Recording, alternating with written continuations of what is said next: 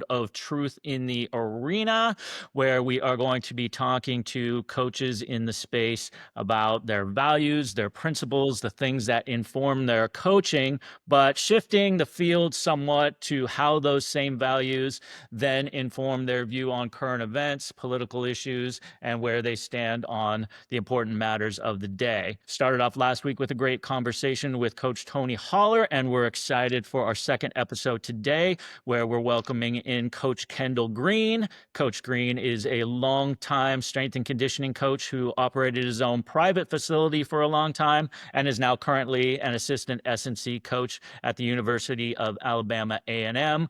Coach Green, thank you very much for dropping in and joining us today. Absolutely. Thank you for having me.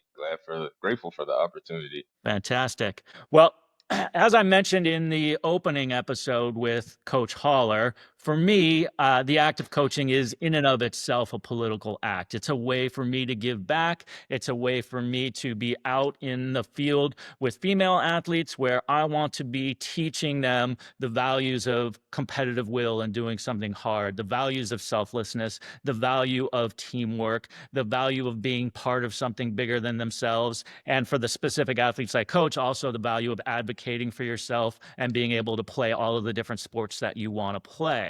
So for you, can you talk a little bit about your motivating principles as a coach and those things that most inform the way that you deal with your athletes and approach that part of your role? Yeah, absolutely. For starters, really my guiding principles, my motivating principles that kind of keep me going, keep me in the field of strength and conditioning and athletics in general.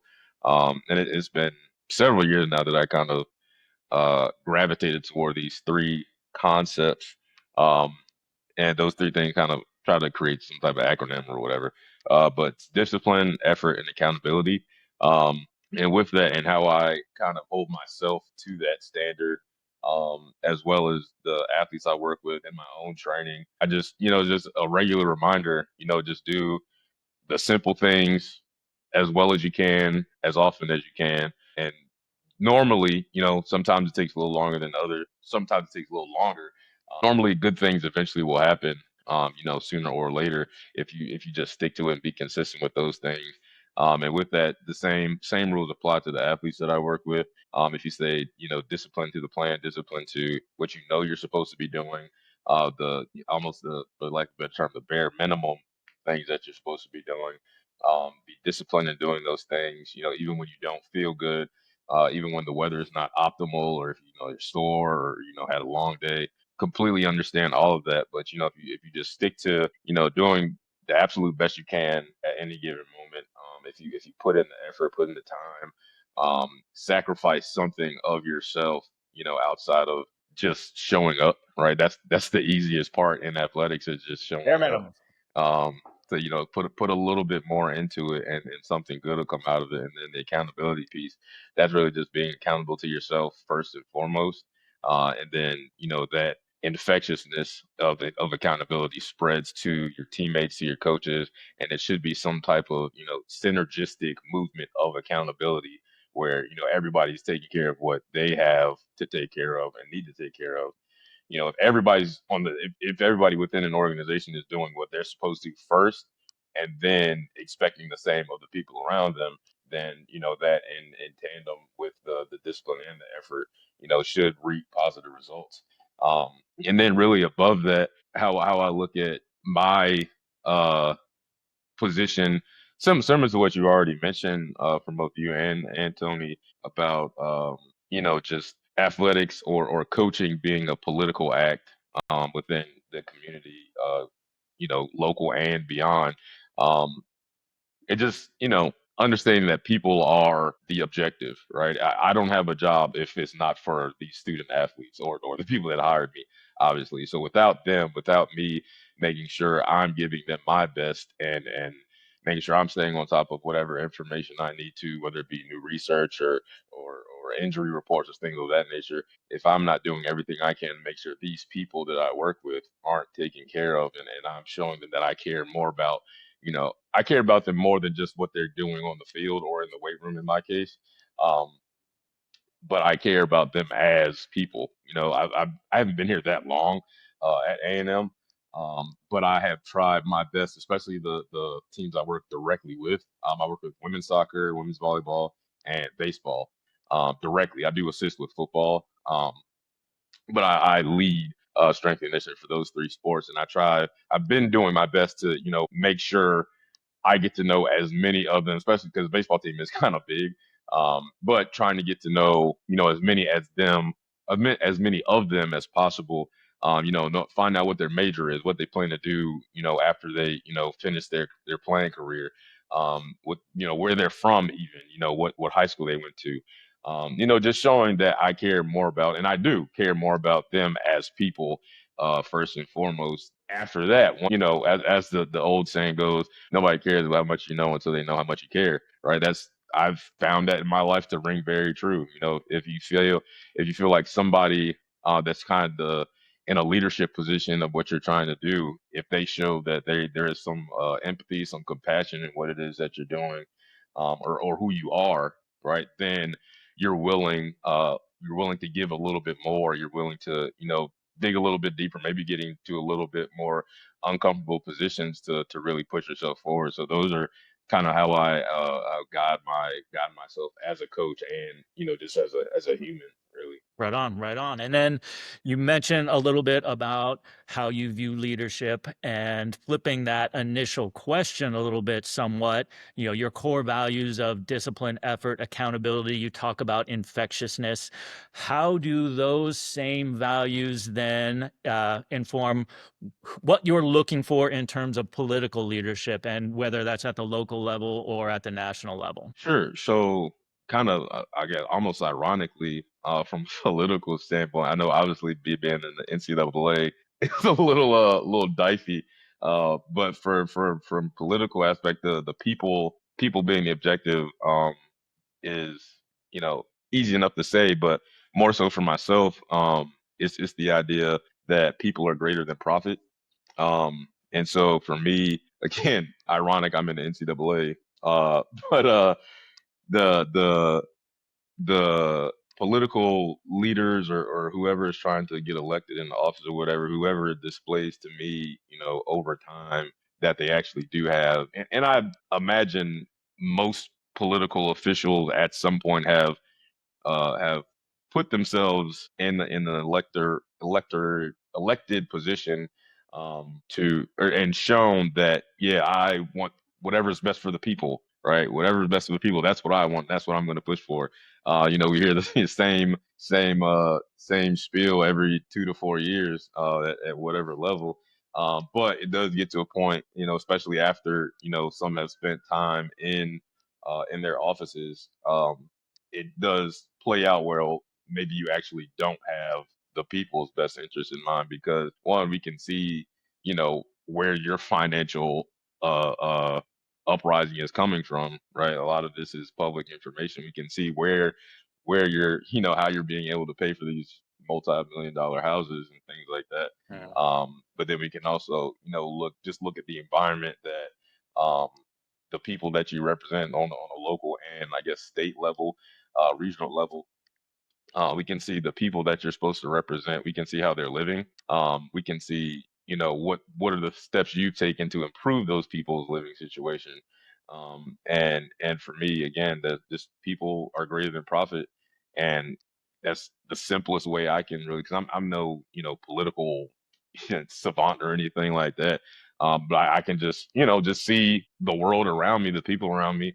I'm from Virginia. Um, from Toano, Virginia, which is a little suburb country-ish area right outside of Williamsburg, Virginia. And so, I grew up around a pretty diverse group, at least financially, pretty diverse group of people. Some, middle class, some upper middle, some a little bit above that.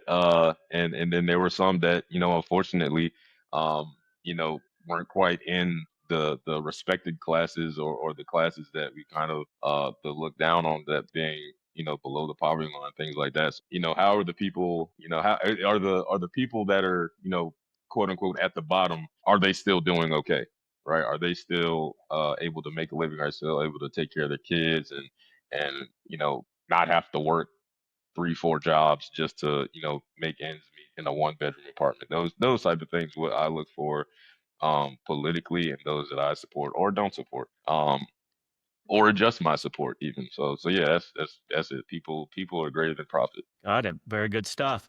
And then looking directly at an issue that impacts us as coaches, we clearly can recognize that there are not enough female coaches in women's sports. There are not enough minority coaches. There are not enough Black coaches in sports that are dominated by Black athletes. And in terms of identifying the problem and finding the most common sense solution, the most common sense solution to that problem is make a concerted effort to hire more women in women's sports, make a concerted effort to hire more Black individuals and Black coaches in Black dominated sports. However, the effort to do that, as we're very, very aware right now, has been met with this massive roadblock in terms of anti-DEI and trying to cancel out anything that has that idea that, hey, we're trying to find a common sense solution to this problem. And meanwhile, we live in the real world where we know that most people get a job via a connection. Hey, I've got a friend. Hey, I've got an uncle. Hey, I've got this other source that helped me find that job. And within that, there are white male coaches who are consistently able to either fail up or use networking versus meritocracy in order to continue to get coaching jobs. So, how would you say we should approach this idea that there's a systemic issue and we're not solving it right now? Yeah, so I think that yes, it is like you said, it's very apparent that those changes um, that were well intentioned with bringing in minority coaches, whatever minority demographic they come from. Um, but I think more so that with and you mentioned it again, the systemic issue. Um, I think this kind of is a reflection of the the coaching sport world is a reflection of the greater um, needs of society, or the Mm. greater system of society. And again, kind of going back to my last response being people are greater than profit. The people um, within the system are the system. So I think it's really hard. And I think, at least in America, it's kind of historically evident that if you're trying to change the system for changing sake, if you're trying to um, make the needed adjustments to involve more people, a more diverse group of people. If you try to change the system without changing the people first, then it doesn't necessarily work out in the long run, at least. Um, I think that if we're really systemically going back to sports, I guess that's again a reflection of society. If we're really trying to make the change within the system, we have to change the people first, which is kind of what this whole conversation is about. Right. Change people's minds, change their hearts, all those type of things, change their perspectives, their understanding, all of that, and then change the system. Then because again, especially in athletics, especially in higher athletics, there's a lot of money involved. And because that's how our society works is, where the money is, that's where we're going. And from a historical aspect, those that have money have essentially guided us into where we are now. And it stayed, relatively speaking, in the same hands, and with the same or similar ideals as far as who should be involved, who should be major players in the organization or in the field or whatever it may be. Until those people, or until I guess two answers really, until the people are changed, or until long shot, or until the influence of money isn't so heavily involved in decision making. Um, Unfortunately, I don't know how to make that change but I do think that the more we can get in front of people in mediums like this, have these conversations where we're just expressing the other side, sides plural, of life, basically, of society, the people that maybe aren't or haven't historically been taken seriously for positions, or haven't been involved in these conversations and decision making, all that type of thing.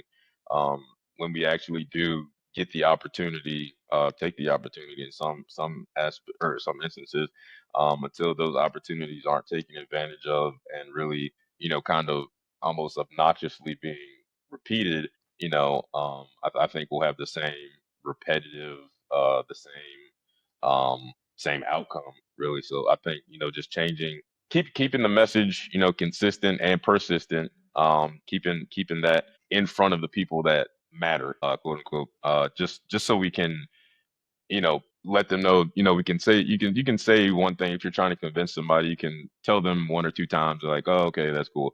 If you just keep telling them, kind of badgering them, then we're like, all right, maybe there's something to this. Maybe, almost essentially wearing them down with the message, right? With the idea that we're trying to actually make a change for the better. And that's really my take on how to make changes, is change the people first, and then hopefully down the line the system will follow, if the people stay true to what it is the change was supposed to be for initially. Yeah, we see a lot of that now in the kind of culture wars that continue to get fought on social media over DEI and woke. And not very long ago, that was a culture war over critical race theory. And you talk about how the people within the system are the system, and that has obviously been the case for 250 years. And you go all the way back to the Southern economy as it started in the early 19th century, and you look at what was in existence on a plantation. And again, what you had was essentially an open air prison operating, where you had the master's house, which is a palace. You have people out being forced to do labor. There's maybe an overseer there. But what actually enforced that system wasn't the master in the house, and it wasn't the overseer. It was the local white population who were keeping the slaves basically in that coercive system, because if they ever left, it was the guy with the dogs and the rope and a heart full of malice who was actually enforcing that system. And no matter how miserable, poor, sick, uneducated that sharecropper happened to be, he had the one gift and one consolation in his life, which was that he wasn't black. And for that one consolation, he would be part of this coercive chain. And that has continued through the decades and through the centuries. And now within the coaching industry, we still see some of our peers who occasionally are roped in as, foot soldiers in this same coercive battle. But I don't always think they view themselves in that sense, because it's been a long time and they just see that, hey, I'm just fighting for a meritocracy that I believe.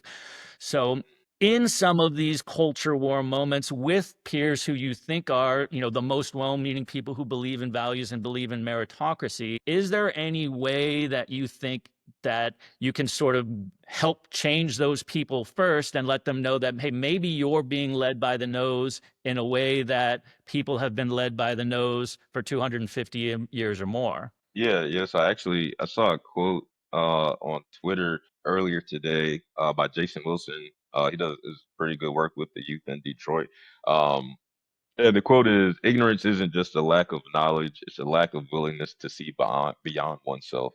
And I think, kind of going back to my first answer, where people are the objective, not just in professional world, not just, in your local community. If we're not looking at all people as people, then it's never going to happen. Um, so I think, just for starters, we have to be able. And I do see this often, more often, on the right side of the aisle, um, where it's this ideal of individualism. It's like, just work as hard as you can to get what you need to get, and everything will be fine. And like, no, it's not. Maybe theoretically in a textbook that might work out, but that's not how life works. That's not how the world works. Even from an athletic standpoint.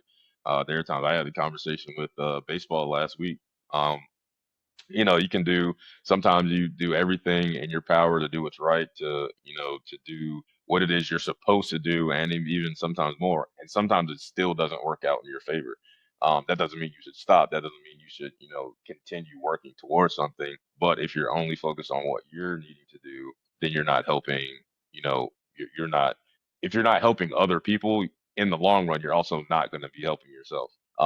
Just because, you know, I think that kind of the universe is cyclical where, you know, if you put something good out into the world, right? Obviously, again, the accountability piece, be good first. That's like the easiest thing we can do is just be a good person. Right. If we put our goodness out into the world, our sincere goodness out into the world, eventually it'll come back to us as opposed to just focusing on I'm gonna stay good, I'm gonna stay good, I'm gonna stay good. Like I'm gonna be good, then I'm gonna help somebody else be good as well, right?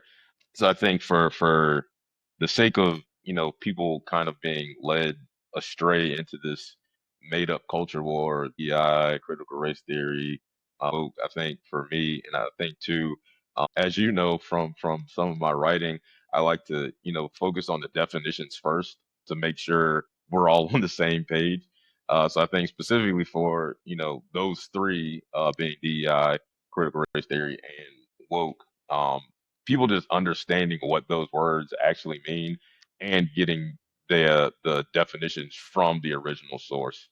I think that's the first place you should start your understanding, and then go from there and having your communication, as opposed to, you know, taking it from some clip you saw on Facebook, or whatever news channel you watch. Taking it from there, you know, 30-second clip or something like that, and then forming your own opinion based off of minimal to no correct information. So I think, you know, just the education piece, first and foremost, from a definition standpoint, is critical. No pun intended.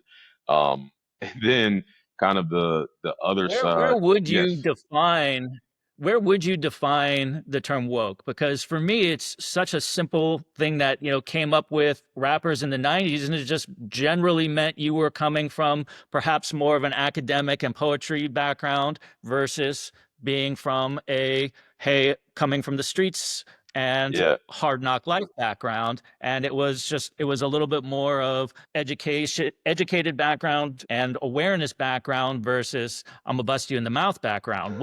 How do you see that term? Sure, yeah. So I actually, this was several years ago. I actually had a conversation with one of my clients who, he didn't ask about it. Unfortunately, he kind of took it upon himself to to, to throw the word out there, almost maliciously. And so I took it upon myself to one, because I heard it. 'Cause I grew up in the '90s, and I started hearing it in rap music and R&B and neo soul, all those kind of urban, for the lack of a better term, music genres. But looking it up, it actually, I guess, the initial origination, the origin, that was wild. The origin of the term was back in the, I don't remember the exact date, but it was like the early 1900s from a blues singer. I don't remember his name either, but it's from like the early 1900s, and it's essentially, which is kind of how it was used, or also how it reinvented itself, I guess, in the 90s, 80s, 90s, where it's essentially you're just being aware of the structural, the systemic issues that affect everybody. So it was specifically, obviously, for Black Americans, but really these systems affect everybody, however you want to break it down. At the end of the day, if you're not, you know, in the top 1% financially, but it's really just being aware of how these systems operate, from, you know, police force, the banking institutions, housing market, all these agencies that kind of, in some way, shape, or form, work with the government power structure, and it's, again, just being aware of how they operate, how that operation affects your life and other people's lives, how it affects your well-being, and or lack of, in some instances, um, and then just being, you know, kind of vigilant to making sure you're not towing the line, but making sure you're vigilant and protecting yourself, essentially protecting yourself and those around you from these more times than not unjust power structures. So that's my brief definition and historical um, background in woke, from what I had to look up myself. Because again, when I heard woke going through college, growing up in uh, uh, secondary education, K through 12, all that type of stuff. Just being around black music essentially is where I heard it more times than not. Specifically, rap, but just the idea that you have to be aware of your surroundings. It wasn't anything crazy as it's Yeah. used now. Is just some attack on regular people or something like that? Like no, it's just which really honestly a lot of the people that use it in a misinformed way, they're being woke by stating things like, oh, the federal government is doing something crazy. Like yeah, they are. They always have been. Welcome to the woke club. But for whatever reason, they've been manipulated into thinking that it's an attack on them, and it's something that's being somebody's trying to pull the rug from underneath them, and that's just not the case. Yeah, right. I mean, for me, woke was always it was Mos Def, it was Erica Badu, it was Right, Bilal, it right, right, was right. Common, it was Yeah, this kind of concept. And one of the things Tony Holler talked about during the first episode was how, in his coaching philosophy, he likes to present things that seem inarguable, like make practice the best part of a kid's day. Who would possibly argue with that? And I recently heard a little clip from Pete Buttigieg, who was doing something similar with DEI, where he was presenting the opposites of it. So, the opposite of diversity is uniformity, the opposite of equity is inequity, the opposite of inclusion is exclusion. So it is almost inarguable. Like, who would argue for uniformity, inequity, and exclusion? right, It doesn't like make intuitive sense. And when you again get into the culture wars over DEI, it usually is not usually, but it can often be well-meaning people who are trying to talk about, hey, I just want to be considered for a job that I'm qualified for. And that's right, that's their little battleground. But I think we both know that there's a larger project where DEI is this immediate battleground, but part of a larger battleground of erasure. And we are seeing that more and more. I mean, immediately, all of a sudden, there's a battle over why Jackie Robinson is being wiped off of Defense Department websites, why Navajo code talkers are being wiped away, why the accomplishments of the Tuskegee Airmen are being minimized, and all of this where it has to become a fight just for Black, female, and minority excellence to be recognized. And part of that larger project is that if only the white dominant society's excellence is recognized, then we've redefined meritocracy, because merit always looks like somebody who looks like me, um, which is really insidious. So that part of where like DEI starts, anti-DEI starts veering into this erasure project. How would you like to see like your fellow coaches and people in the sports world who are like, hey, no, we're about values. We don't take this kind of bullshit. Like, how would you like to see them kind of stand up and plant a flag and say, no, no, we're about meritocracy? yeah. I think from the coaches that I do know, the conversations I've had, kind of behind the scenes, I guess, in like the DMs or email or text or whatever it may be, I completely understand uh, why they don't speak up in those regards. But then it always, for me, comes back to my original principle, just being people are greater than profit. So if we really do see a problem with how things are being regulated and trickled down um, into the people that we're working with, you know, then it's our job as coaches, as people who are responsible for other people's lives, and their well-being and their development and growth and all that, and their futures, right?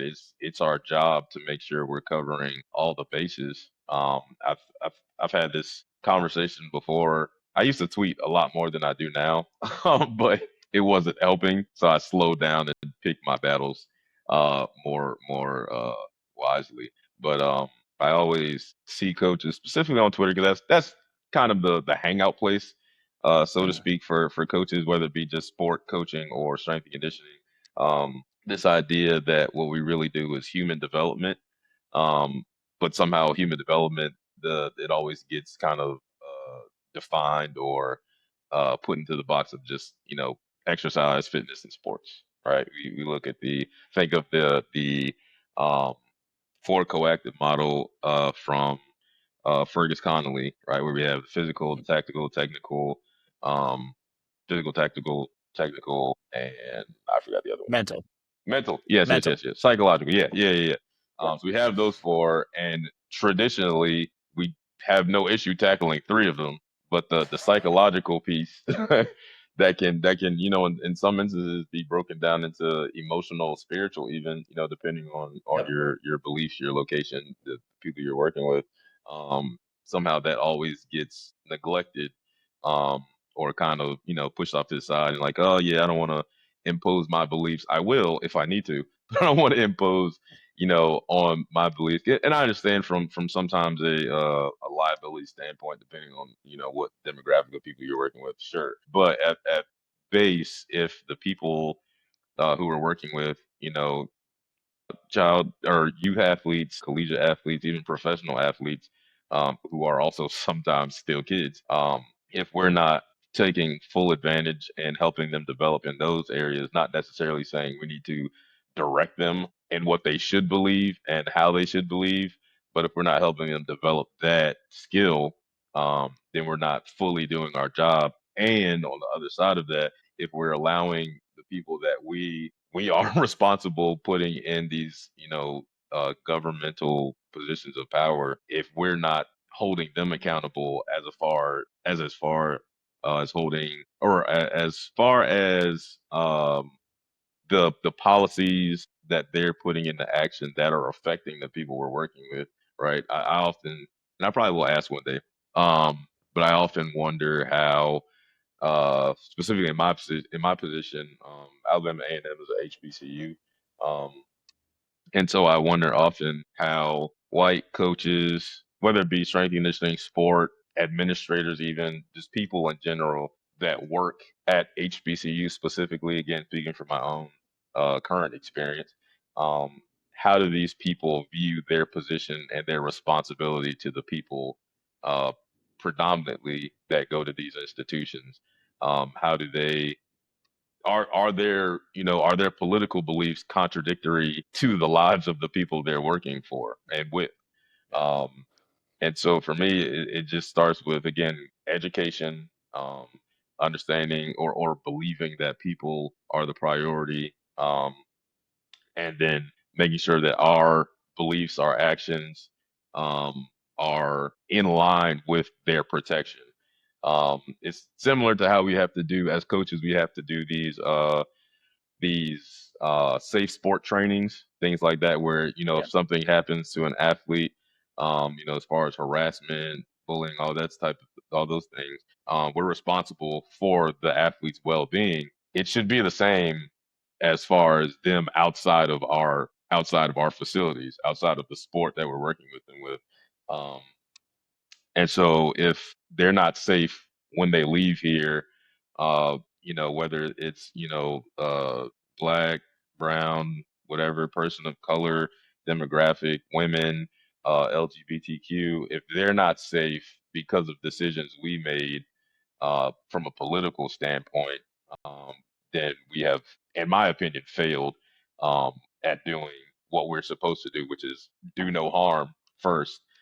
As coaches, as adults, really, we are the adults in the room. But, we're responsible for the well-being of the kids we work with, the young people that we work with, and the adults that we work. We're responsible for each other. Again, going back to the accountability, we're responsible for each other. We can't just expect. I can't, if I'm voting for myself and my own interest, which I know a lot of people say that and I understand what they mean when they say, vote in your own interest. Completely understand it. But if our interest is, not only contradictory to, but if our interest is taking away from someone else's interest, right, as far as their well-being goes, then that's should be illegal. But it's that's where we start to get into these, not even gray areas, but we're on the complete other side of humanity, really. No, I mean, absolutely. There's no way that I would be able to stand in front of a team of 20 teenage female athletes and also say, oh, but FYI, I'm voting against all of your interests. I'm going to vote for people who are going to marginalize you, take your rights away, and Right. make your lives miserable. And now, hey, let's get into our warm up. So Yeah, I laugh because it's actually happening, yeah. unfortunately. But yeah, I'm with you. I'm with you. Yeah. So, you mentioned in the last answer that, we do often neglect that mental side the of the sport with our athletes, and that also kind of transfers over to our peers in the coaching side. And we recognize how important nutrition is and how a healthy diet is important for our own nutrition. And we recognize how to sort that and look over coaching information. So we see something online and can very easily see that, oh no, that does not work. That does not based on sound principles. That's not going to function. And we can vet things in terms of methods and techniques. But then sometimes when it comes to the messages that we see online, sometimes we're not as good at vetting the source of the information or whether it's a healthy thing, and just hit that click and that reshare kind of button. And it's harder and harder in the current media environment. So do you have any suggestions, or even just talk about like your own media diet? What does it mean to have like a healthy media diet so that you are somebody who is informed on both sides of an issue, and you see an article and say, hey, that sounds kind of wild, and maybe I'll go and make sure that two or three other people have posted something similar, so that it's not just one person sticking their neck out, or just kind of ways that you vet the information that you get, and ways that that people who are invested in athletes and athlete development can have like a healthy media diet based on the current political landscape. Sure. So for starters, I haven't watched the news probably since like 2017 or something like that. Intentionally, because it is what it is. It's uh rarely majority positive information. And it's Mm. if it's something I really need to or want to know about, I'll just look it up myself. Which kind of is kind of my second point. Being Google is free. If you got access to the internet in some way, shape, or form, just whatever information you just received, you can type it in as a question. And usually you might have to do a little digging, but eventually you'll come to a better understanding, whether true or not, or whatever. You'll get a better idea of what the closest thing to the truth is. Um, and I know in some instances the truth is subjective, but more times than not, the truth is the truth, right? Especially if kind of there are statistics that lead to it, or um, multiple layers of research that have been behind it. Which is really how for my media diet, how I kind of sift through what it is I'm more or less buying into. I look at it as, and I won't make the connection, but I look at it as writing a paper in college, where I remember I took what class was it? Motor learning my senior year. That was like the hardest class I took my whole 4 years in college. And it wasn't hard because the information was challenging, but it was hard because we wrote a lot. I think every week we had to conduct little experiments, either create them ourselves or something that we read in the textbook, just to kind of teach us how motor learning works from a physical standpoint. Um, but we had to every time we conduct this experiment, we had to write a 20-page paper, and then our final exam was also a 20-page paper.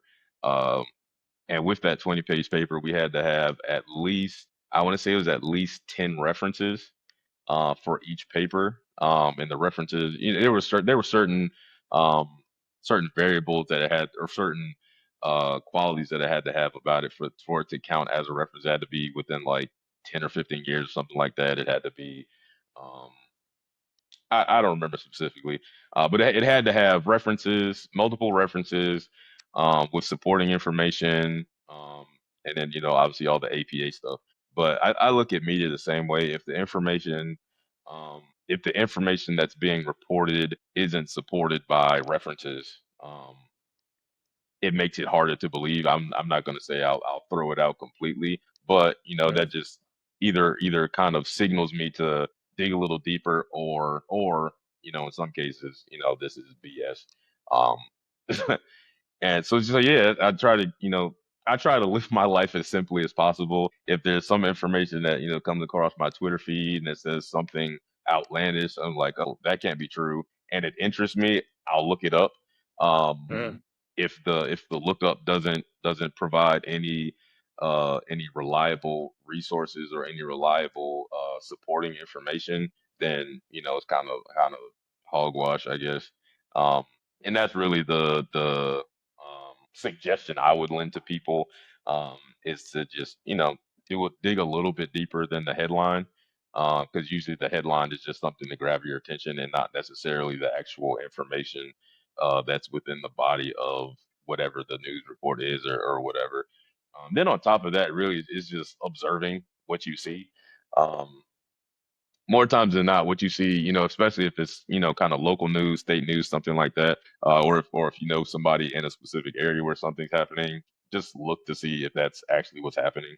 I know when the whole airplane crash s- situation was happening, I guess last month, where it seemed like a plane was crashing every day or whatever. Right. Um, and it did seem crazy because that's how the news was reporting. I was like, wow, that's kind of wild, because we obviously had the Boeing incident, and then the FAA situation, all these things that were happening within the airline industry. Like, oh, that actually seems reasonable that stuff is happening behind the scenes from an administrative standpoint, where now planes are crashing. That seems like the obvious natural progression. But turns out statistically, there's actually been less plane crashes this year than previous years. So, or I don't know what the number is now, because it was a month ago or whatever. But it's not anywhere near. Obviously, plane crashes are horrible. I'm not saying that, like, oh yeah, this is No, an yeah. acceptable number. No, planes crashing, that's horrible. Um, but statistically, it's not any. It's not any. Out, Outstanding, or outlier this year that's happening because of, and that's not to say the things that were happening administratively were okay, because they weren't.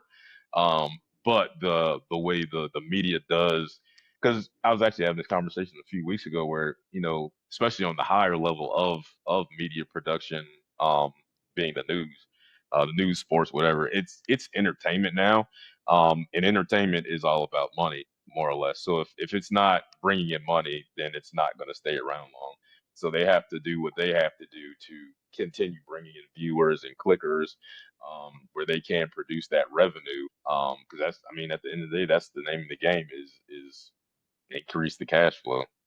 So yeah, Yeah. that's my media my media diet suggestion. Well, propaganda flows in both directions. It's not Absolutely, exclusively coming from the right, it comes from the left. And when you're in those absolutely. situations, then you get that sense that, all right, somebody's trying to get me to feel a certain way, to make me behave a certain way. Mhm. That's the moment where, like, I'm not being informed, I'm being led by the nose. And then you need to be, have that ability to push back on that and say, okay, hey, why is somebody trying to rile me up in this manner? What are Right. they trying to get me to do?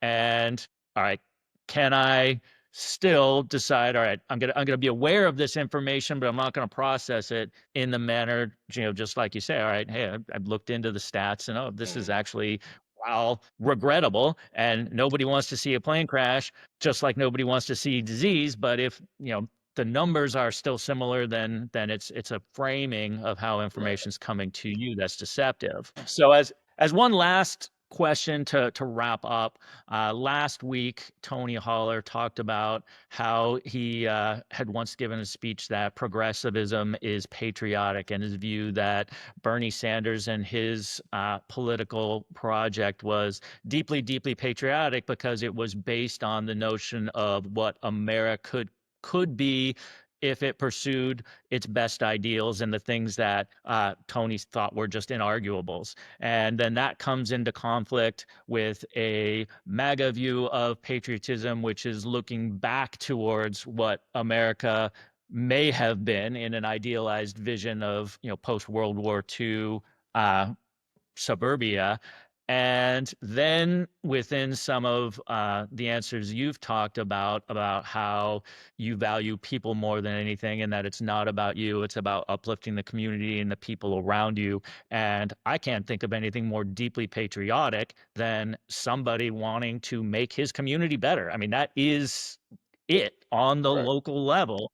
So, what do you see as, maybe you talk about liking definitions. What would be your definition of patriotism, and what do you see as pathways for maybe finding a shared view of patriotism so that it's not either so far looking forward, so far looking back, and it is that like, hey, we're just uplifting each other. Yeah, I have a difficult time with a definite. I try to have as many definitions on hand as possible.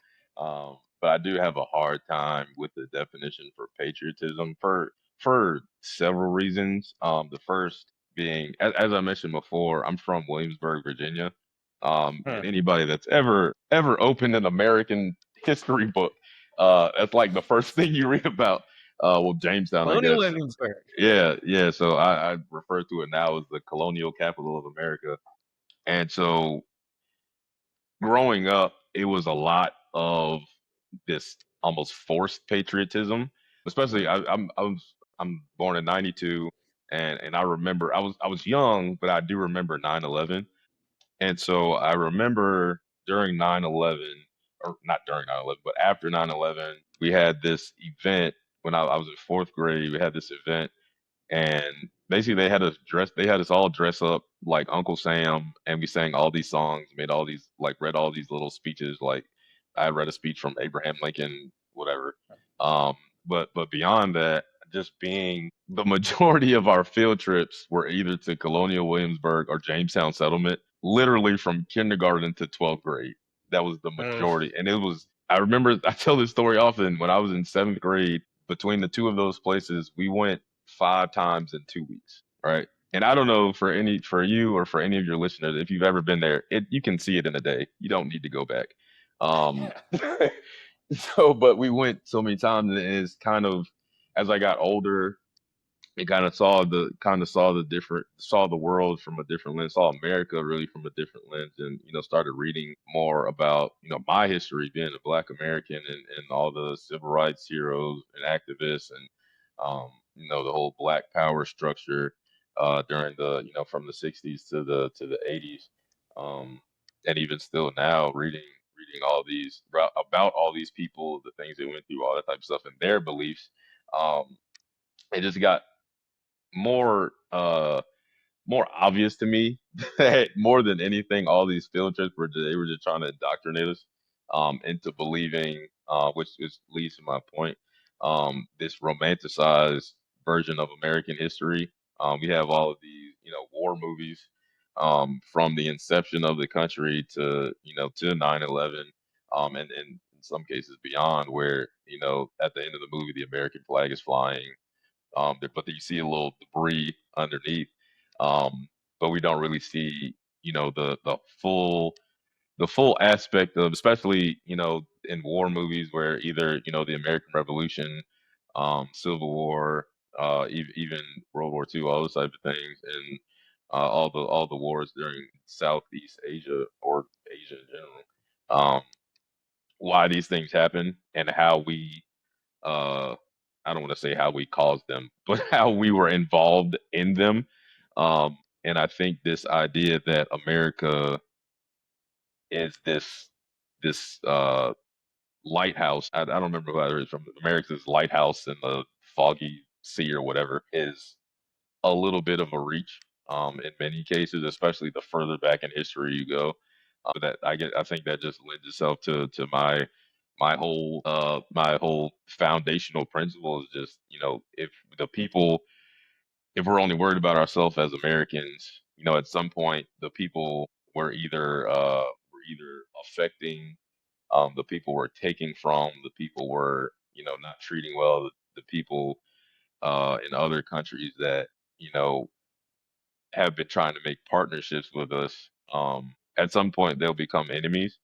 And again, it's hard for me to have a definition for patriotism. but I do think there is, like Coach Holler said, if we look forward, um, holistically forward, not just financially, and not just um, from a standpoint of economics, financially, not just a standpoint of, resources, right? How can we make people better, right? How can we make people healthier? How can we, make the people, the countries around us, the countries that we work with, how can we make these places better? And how can we, advance? Because, none of us will be here forever.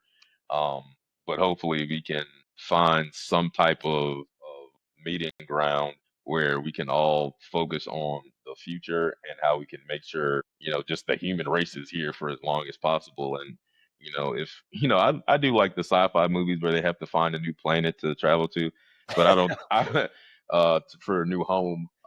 But I personally don't believe the way they're trying to go about it now is in most people's best interest, just because, so many people are being exploited, whether it be for resources or finances or just peace of mind, or the information they're receiving about why this is happening, or about why they're trying to do this research, and travel and all that type of stuff. But I do think, just to get back to the original question, sci-fi aside, I think that if we are focused on the future, whatever the next step may be, and not, we don't have to look super far in the future, but like, how can we get through the next 4 years, as well as possible? How can we all, find some type of meeting ground, find something in common with one another, regardless of what side of the aisle, whatever political ideals you have. How can we find some common ground in what needs to happen next for everybody, or as many people as possible's well-being? The age old saying, you're only as strong as your weakest link. If people uh, continue to get more poor, but there are also people getting more rich. But the people that are becoming more rich are fewer and fewer, but the people that are becoming more poor are more and more, right? Then obviously something is not going the way it should. Maybe it's going the way it's designed to, but it's not necessarily. It doesn't seem to have long term positive effects on the majority of people. I think often through history, it's shown where the more people, or the fewer people that continue to ascend while the people at the bottom continue to grow. Historically, it hasn't shown itself to work out in the long run, and most of the time, those countries, nations, kingdoms, whatever, have really succumbed to like the worst historical collapses we could, even imagine. So, yeah, I know I didn't answer your question because I don't have a definition for patriotism, but that's kind of my way around trying to find one. No, no, you did, because it's all basically comes down to a belief in the future, and that is largely, again, what most of us do every day as coaches. It's not, for the most part, that we're looking to get an outcome in the very moment that we're coaching. Right. Usually we have a belief in some future, and particularly any of us who work with athletes who are outside the professional level, it's not, can I get you to be the best athlete you can be today, this week, next week? Yeah. It's for this future. Yeah. And Yeah. so we already generally have kind of that, like that grounding. And with your philosophies, a lot of us are very good on the discipline side, very good on the effort side, and sometimes on the accountability side, we can let up a little bit in terms of how Right. accountable we are to the future that we want to create. Right. So Right. I Absolutely. really appreciate you taking the time to come on today and being so open and honest and answering all of the questions. And again, hopefully we're just, taking some steps towards that accountability piece and opening up some avenues for conversation. And I think the longer the conversations are and the more they're focused on a positive future and common coaching principles, then a lot of the common ground that we're looking to seek becomes much more apparent. Yeah, 1,000%. And I definitely appreciate the conversation. I appreciate the conversations I've been seeing you have on social media with folks that are willing to be civil about their conversation and civil and honest, and where they're coming from. So yeah, I think it's definitely, a step in the right direction. Not just in this space, but whatever space we can continue building these conversations and having open dialogue and discussing the actual issues that are affecting all of us, most of us. So yeah, I appreciate it. And fantastic. Thanks again to Coach Green, and looking forward to our next episode in the coming weeks. We're going to continue to have some of these difficult conversations with other coaches